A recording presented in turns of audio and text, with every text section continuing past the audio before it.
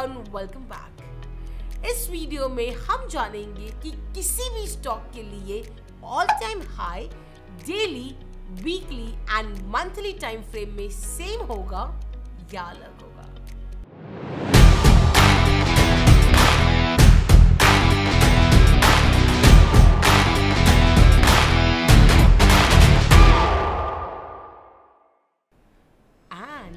अगर आप ये सोच रहे हो कि all time high daily, weekly and monthly time frame में अलग होगा, देन आप गलत सोच रहे हो।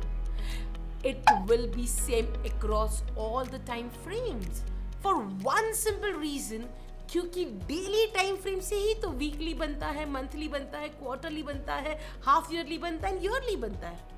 तो जब ये सारे टाइम फ्रेम्स डेली से बनते हैं तो ऑल टाइम हाई तो ये सारे टाइम फ्रेम्स में सेम दिखना चाहिए।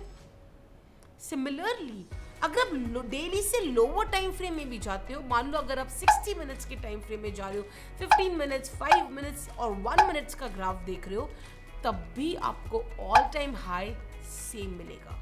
बिकॉज प्लीज अंडरस्टैंड दिस, ये सारे टाइम फ्रेम्स एक दूसरे से कनेक्टेड है, right?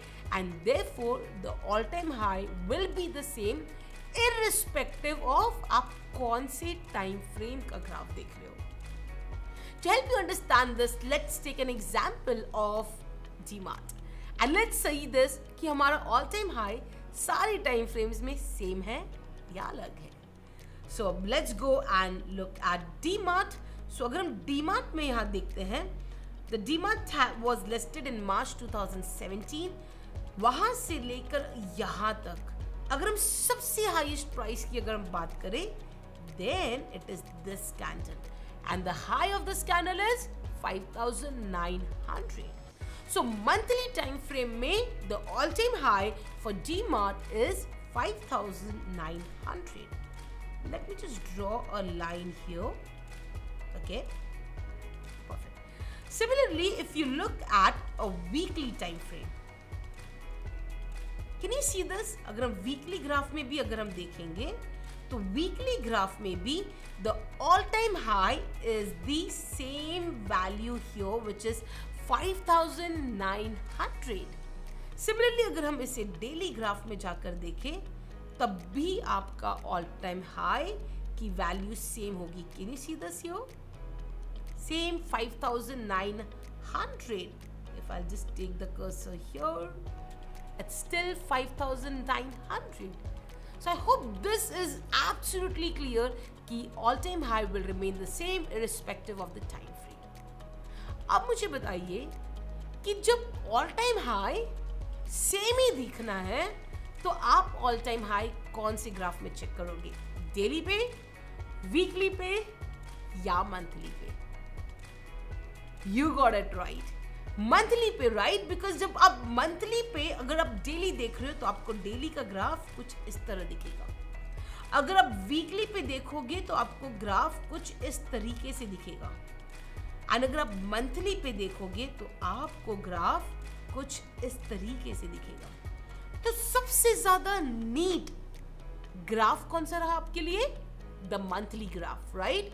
For one simple reason कि फॉर एग्जाम्पल अगर आपको लेट्स से लास्ट 10 इयर्स का ऑल टाइम हाई देखना है किसी भी ग्राफ को लेकर, तो लास्ट 10 इयर्स के मंथली ग्राफ में कितने कैंडल्स होंगे? 12 into 10, 120 कैंडल्स। बट अगर वही 10 इयर्स का ग्राफ आपको वीकली ग्राफ में देखना है, देन आपको एक स्क्रीन पे 52 वीक्स into 10 इयर्स 520 कैंडल्स आपको एक सिंगल स्क्रीन पे देखोगे, तब जाके आप ऑल टाइम हाई वैल्यू की वैल्यू स्पॉट कर पाओगे। एंड वही अगर आप डेली टाइम फ्रेम में जाकर चेक करते हो तो मान लो अगर पूरे साल में एवरेज 252 वर्किंग डेज है तो 10 इयर्स के 2520 कैंडल्स हो गए एंड आपको एक स्क्रीन में 2520 कैंडल्स देखने होंगे। तो आपका ग्राफ बहुत सारे कैंडल्स बहुत नजदीक आके आपको वो ऑल टाइम हाई की वैल्यू देखना मुश्किल हो जाएगी, राइट? एंड इसीलिए कभी भी अगर आपको ऑल टाइम हाई देखना है तो आप हमेशा हाईएस्ट टाइम फ्रेम अवेलेबल उसमें देखोगे। एंड ज्यादातर हम हमेशा all time high monthly graph में ही देखेंगे। So I hope everyone this is very clear कि ऑल टाइम हाई की वैल्यू हमेशा सेम होगी irrespective of the time frame or the graph time frame that you're looking at. 2, हम all time high हमेशा monthly graph में ही देखेंगे. इसके पीछे एक और बहुत इंपॉर्टेंट रीजन है, वो हम जानेंगे आने वाले वीडियोस में.